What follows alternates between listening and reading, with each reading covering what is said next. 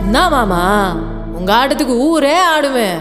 அதுக்கு ஒரு அடியை போட்டு விடுவோம் அப்படின்ற ம் ம்